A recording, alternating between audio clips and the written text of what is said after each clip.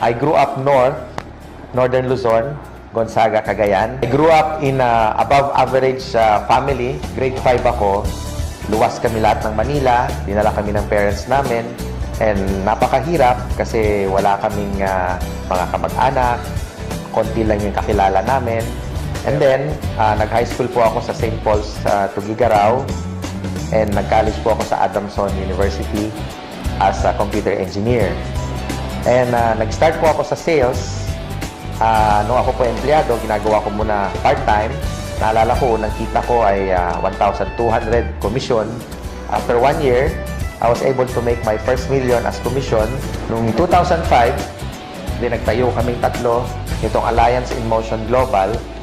At ako po ay Vice President for Finance. Noong 2006, sa produkto na gawa ng Nature's Way, nagsimula kami maliit na opisina.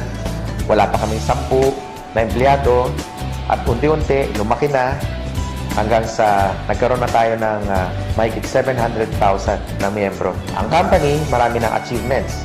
Meron na tayong almost 700 individuals, distributors na kumita ng mahigit 1 milyon. Unang taon pa lang ho, kapag o-operate ng negosyo, umabot po tayo ng 139 million. And last year, inabot tayo ng 1.7 billion pesos.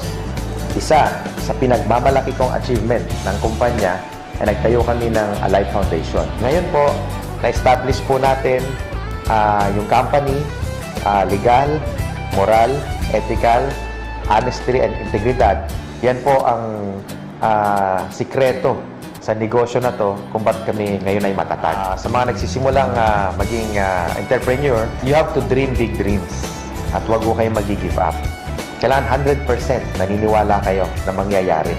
Kailangan may commitment, 100%. Pero naniniwala ako, pag nag-i-enjoy ka, pag mahal mo yung ginagawa mo, hindi mo maramdaman yung pagod. Always pursue perfection. Huwag maging mediocre. Dapat laging may innovation. Kailangan unique. At kailangan duplicable. Simplicity is the best. Huwag aalis sa basic. And you too will succeed.